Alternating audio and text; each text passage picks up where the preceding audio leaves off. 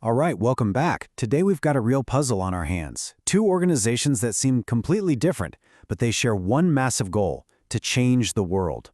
One's got this huge global blueprint, the other, super local. But here's the kicker. Are they really as separate as they look? Let's get into it.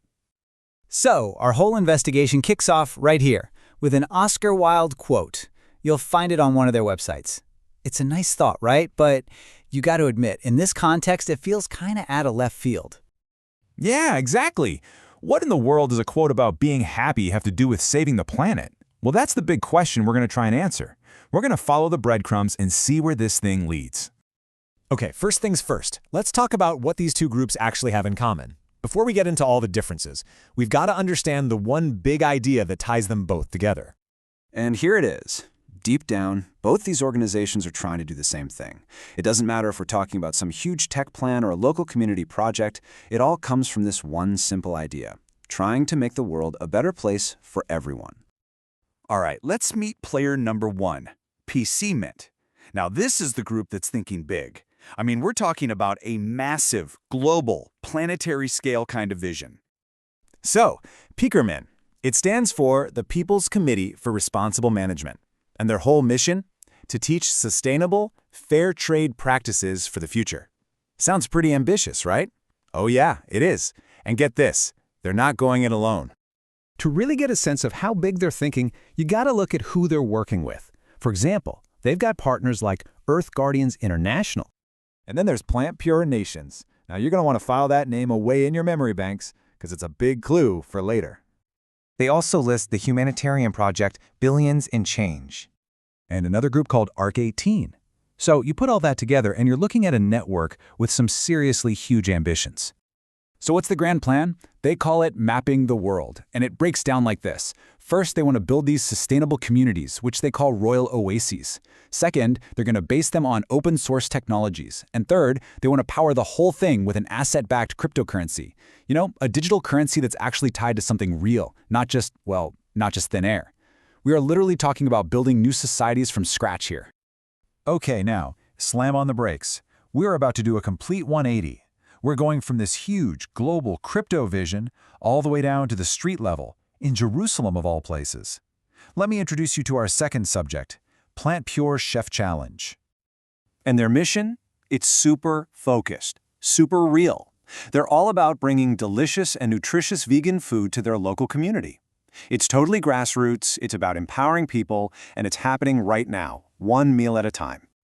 And this just perfectly shows you how different they are. On one side, you've got Plantworm with these massive ideas, right?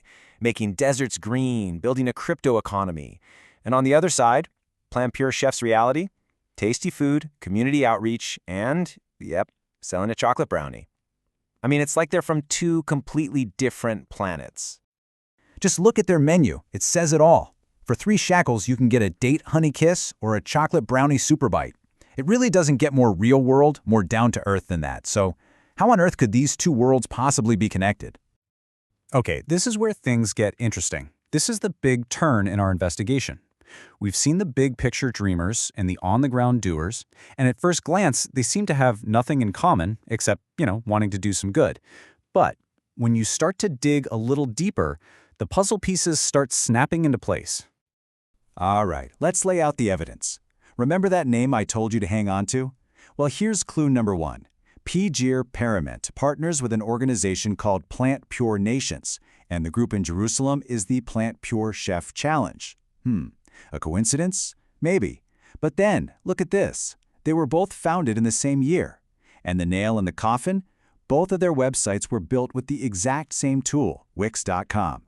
Yep, 2021, you've got one massive, world-changing blueprint and one super local food project, and they both pop into existence at the exact same time using almost the same name on the very same website platform. All of a sudden, those connections start to feel, well, pretty hard to deny. So, what does this all add up to?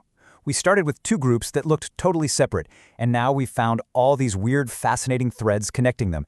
And that just opens up a much bigger question. What are we really looking at here? Here's the takeaway.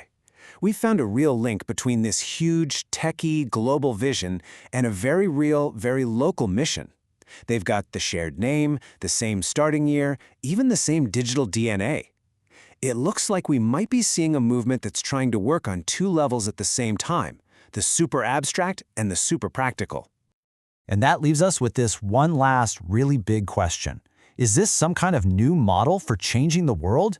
Could the Jerusalem Chef Challenge actually be a real-world test run for Plagman's massive plans? Or is this whole thing just a really well-thought-out digital dream from a few passionate people? You know, the answer isn't clear yet, but it is definitely something to keep an eye on.